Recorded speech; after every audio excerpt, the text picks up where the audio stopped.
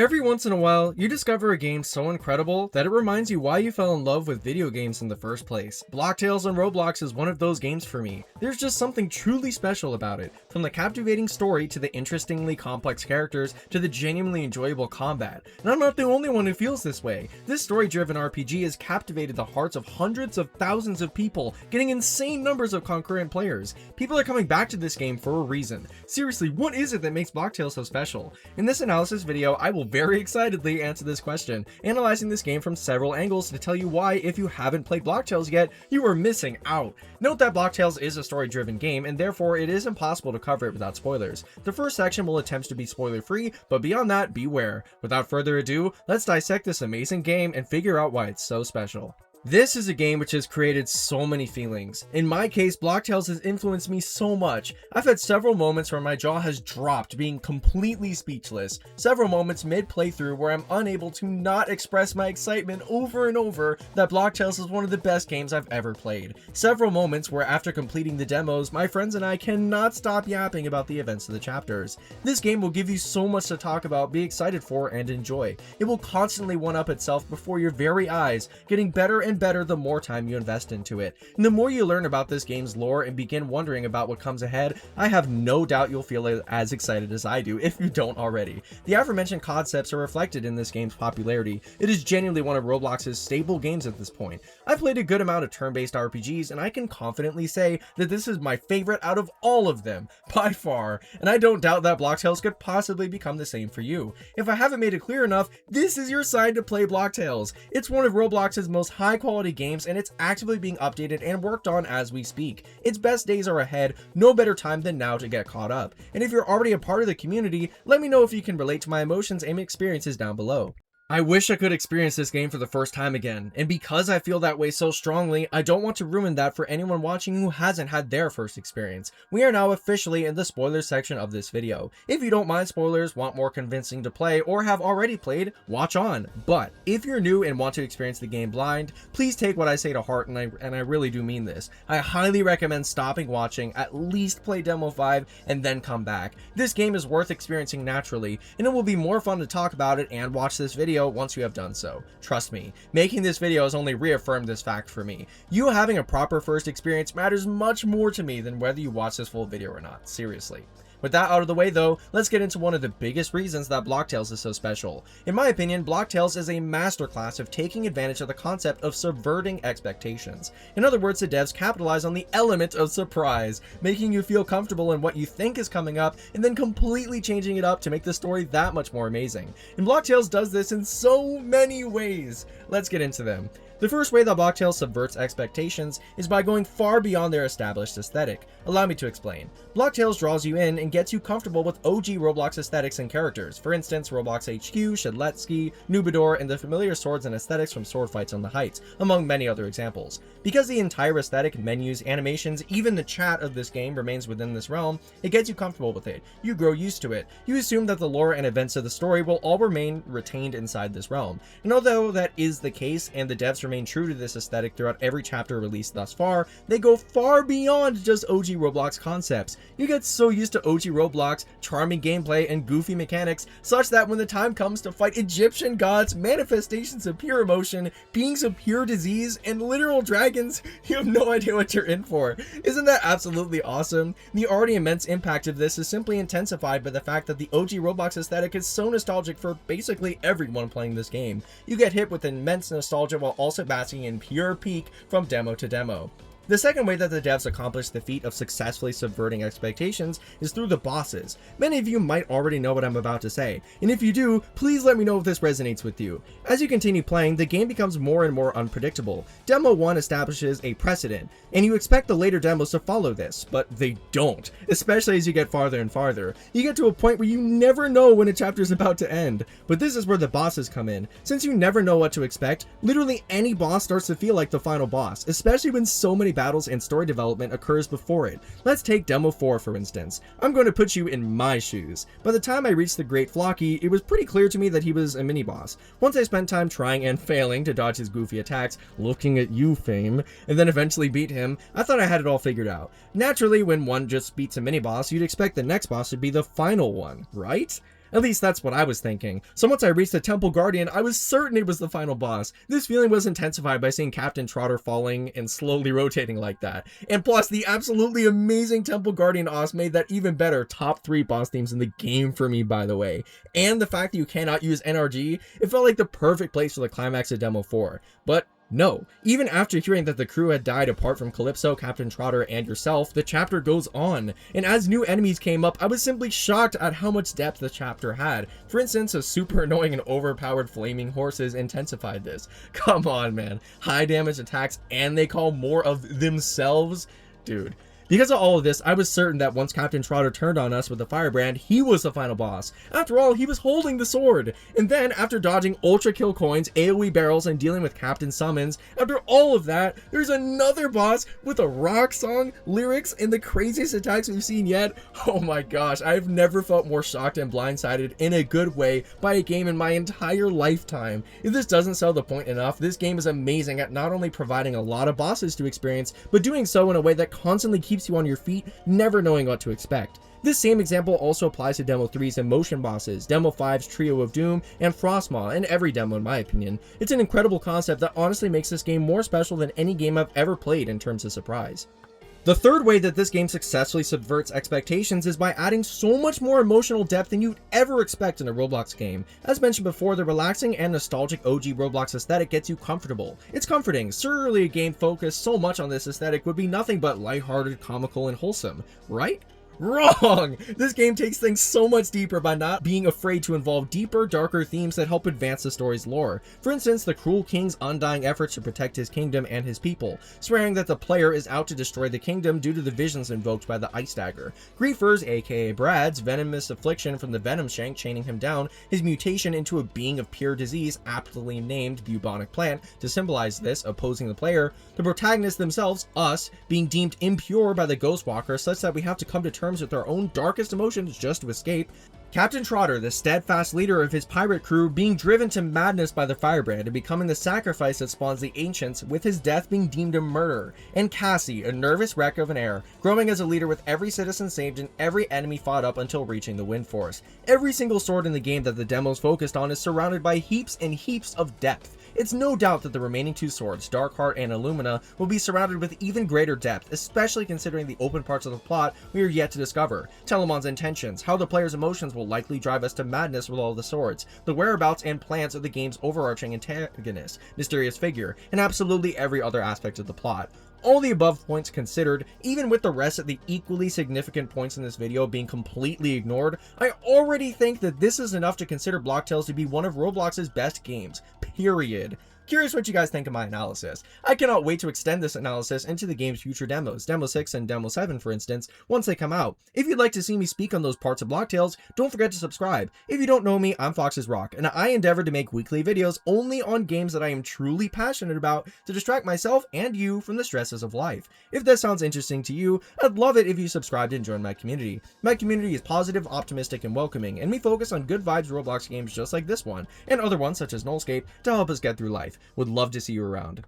Another thing that makes Blocktails so special, and honestly, this is one of Blocktails' biggest strengths in my opinion, is the dev's choice to go above and beyond with basically every single aspect of the game. Allow me to explain. Especially given the aesthetic, direction, and framing of this game's plot, there are so many areas of the game where the devs could have intentionally chosen to not add as much content, not include depth, or not develop certain aspects on purpose, and have gotten away with it. Parts of the game that they weren't forced to add, focus on, or pour their love into, that the game could have performed alright and still been popular without, and yet the devs chose to focus on them anyway. Throughout so many parts of the game which I will be outlining in this section, the Blocktails devs add a certain level of passion, love, and commitment to their project that shows through the flashiest of parts to the smallest of details, and every single one is so deeply meaningful.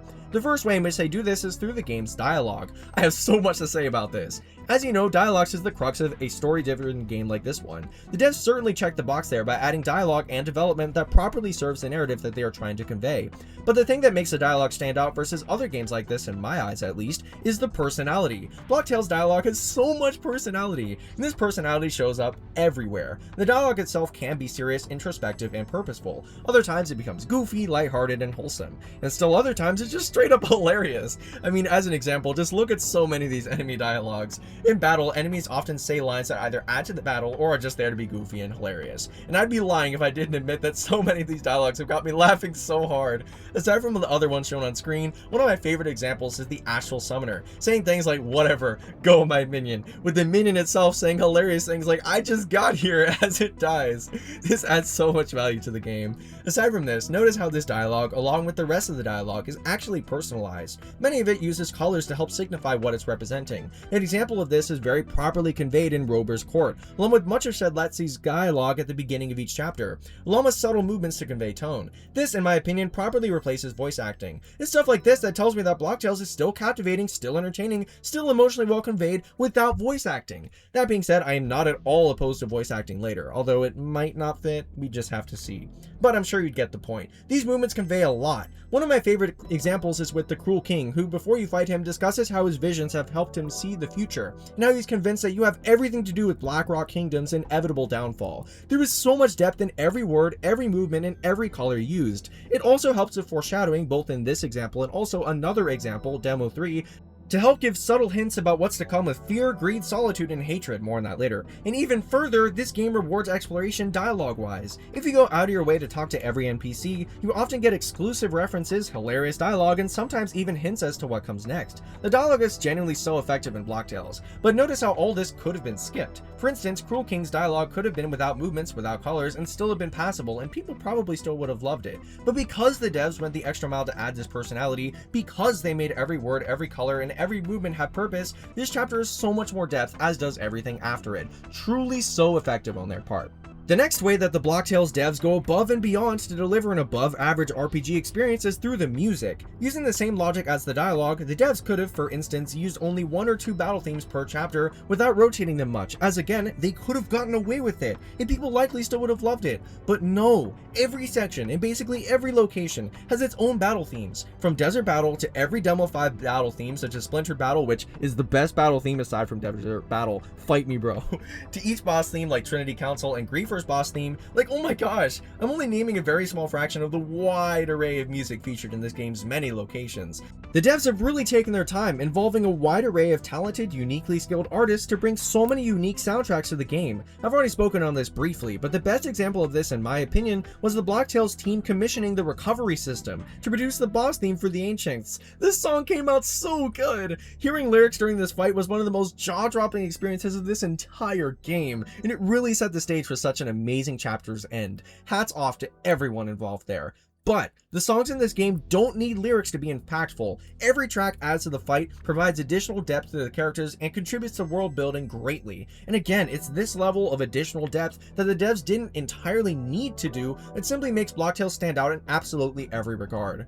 The third way that the devs went above and beyond with Block Tales is the world building, more specifically the backgrounds. In the same way as the music, there are so many incredible battle backgrounds that are shown off in various sections of the game, some with movement, some with visual Easter eggs, others directly relevant to the lore in some significant way.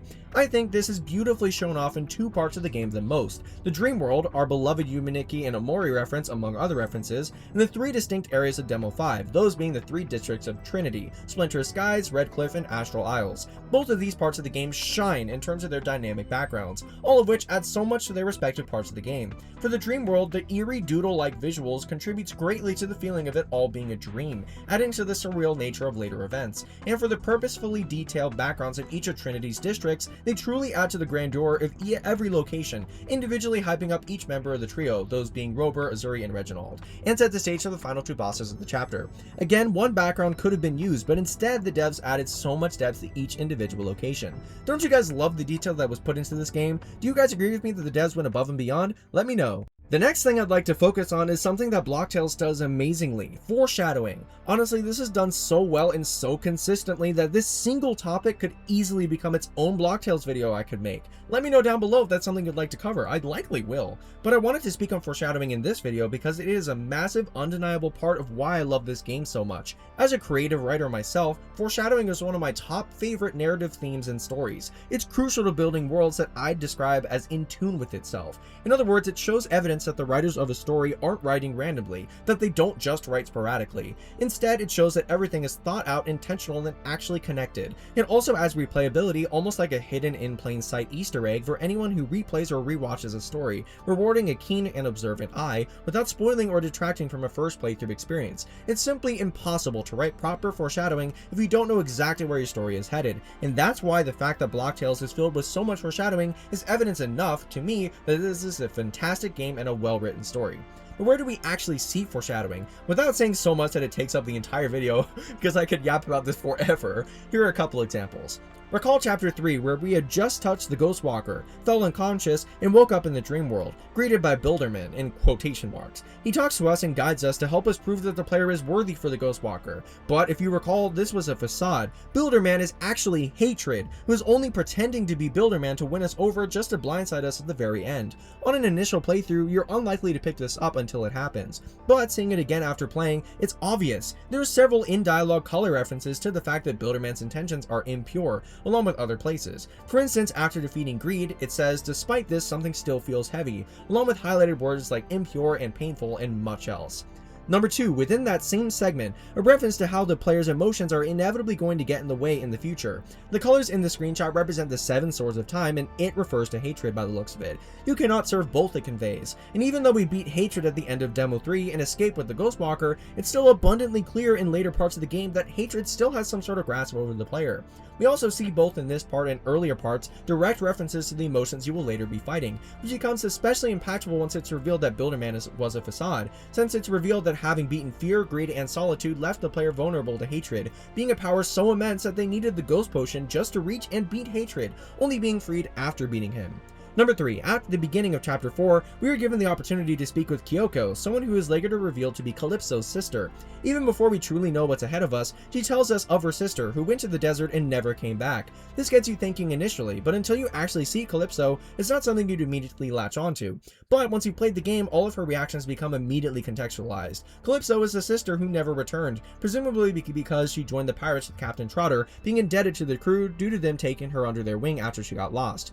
And lastly, one of my favorite displays of foreshadowing is the entire experience of the Temple of the Red Sun. Calypso, reading the hieroglyphs on the walls, reveals to us that there's an eventual need for a sacrifice. This visibly bothers Calypso, and it can be easily interpreted that this is just the lore of the temple, rather than information that would be directly relevant later.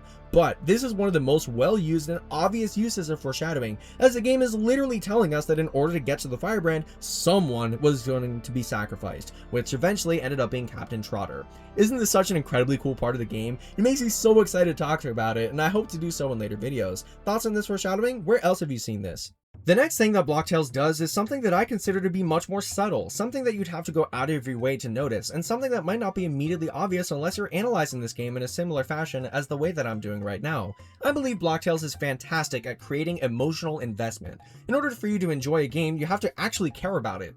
Now, you might be saying, well, yeah, Fox's Rock, that's obvious, but hear me out. You can enjoy a game while only caring about some parts of it. For instance, you might be interested in the primary quest a protagonist is going on, but you might not care about side quests. I believe that's a pretty common experience. I'd argue that there's a difference between games where you only really care about the main story, and games where absolutely everything, including side characters, extra storylines, and etc., matter just as much to the player as the story itself. This, to me, is what makes Block Tales stand out. Think about your perception of this game's characters. How do you feel about Captain Trotter? How did his sacrifice affect you? What about Telemon? Did he ever strike you as suspicious? And Tutorial Terry, what's your opinion on his goofiness? I believe your answers to those questions provide some insight on this concept. By having a strong opinion to any of these questions or these characters, it shows that you care. It shows that Block Tales was able to effectively capture your attention, to enough of an extent that just naming these characters is enough to spark some sort of emotion in you. That, to me, shows that Block Tales as a story was successful at getting both you and me emotionally invested. Any game or story that can successfully do that has to be doing something right. What actually led to so many people becoming emotionally invested into this game though? Well, caring so much doesn't just come out of nowhere, something had to have caused that. I think the answer to this question is actually tied to a lot of the stuff we've already discussed throughout this video. The Block Tales devs have clearly put so much purposeful love into every background, every track, and every bit of dialogue, but including so many moments in this game that subvert our expectations and continuing to surprise us by the sheer depth of this world story, along with captivating us with nostalgic aesthetics. The devs have given us so much reason to love this game. From every boss to every unique unique enemy design to every hilarious bit of dialogue, there's just so much to admire, and that is one of the biggest things that, for me, separates this game from other games on Roblox. Aside from this, I'd also argue that Blocktails also allows room for the player themselves to give themselves reason to be emotionally invested. I say this because from so many angles, Blocktails gives players the opportunity for self-expression. That comes out through the personalization options available, most notably the flavors. They come with entire avatars, but in case you prefer your own, you can adopt a wide array of adorable animations to use in-game, varying to casual, fantastical, excited, and ready for battle. They are all adorable. I personally use grape because I love grape-flavored anything. Everyone has their own reasons. Aside from that, the wide array of playstyles that this game has available also means that you're not forced to go through one rigid playthrough. You can choose ball, sword, slingshot, launcher, or even item-based builds using dynamite, paintball launchers, or even completely and entirely consumables. Even the difficulty cards, which come with associated hard mode badges, reward the player for playing however they want to. This also ties into the other thing I like. This game allows you to just play through the story if you want, but if you feel so inclined, you can go for completion, having every item, fighting every enemy, and having every quick teleport map area, among other options in the journals. You can even re-fight past bosses through the Guru. This all contributes so greatly to replayability while also accounting for multiple playstyles and approaches, which I feel like a lot of story-driven games sometimes lack, the ability to play in multiple ways. All these factors contribute greatly to our emotional investment. Without this insane investment that the community is willing to put in, this game would not be what it is today, and better yet, the devs actually have the motivation that they do to work on the game because of that. This may be a less obvious point, but it's one that I still see as significant. Consciously acknowledging how emotionally impactful this game has become for so many is an important facet of understanding what makes Blocktails so special. As far as story-driven games are concerned, the main selling point is always the story. People come to see what happens, and typically they leave after they've experienced the story, only coming back when it's time for the next part where the narrative develops or the lore changes. And although this phenomenon does occur with Blocktails, I would argue that Blocktails gives people significant reason to continue playing after they've completed the available demos. After all, there's a reason that even months after each demo's release, there are still several thousand people playing. This shows itself in many ways. First off, the game actually rewards you for searching. Many of this game's most special moments are not a part of the main storyline, meaning that in order to experience them, you have to go out of your way to go to the respective characters and locations to figure out what to do. The game does not explicitly tell you that there is more content, it is instead implied. For instance, Brad is not cured of his affliction after beating him, which implies that there's still something to be done there. This makes it even more rewarding when you go search for more ways to enjoy the game. Using the previous example, going back to talk to Mayor Thaniel prompts you to go back to the kitchen wizard to make the special, curing Brad and allowing you to call Brad to help you in battle. Arguably the best call card in the game, by the way. This is very similar to how you get the other call cards, most notably Blackrock King. This also shows us that there's actually genuine incentive for looking for these. You cannot be at your best, most meta, most ready for battle without going for these exclusive post-chapter areas. And obviously, I'm going to add this post, but Bucks is included in this too, because the shops that are exclusive, you can only use Bucks to buy what's in there, also help you reach your meta point in the game. But anyways, the same can be said about the exclusive bosses. Blocktails has many of what are called super bosses, which are extra optional bosses that cannot be encountered in battle. This includes Finn McCool, Blackrock King, Supreme Mosquito, and Mutant. By killing these bosses, you get access to exclusive cards that will help in later battles and demos. Honestly, these are absolutely some of the most memorable bosses, as they often have at least one of the following: crazy high health, wild mechanics, heavy lore implications, or just pure goofiness. This is also shown through the pit,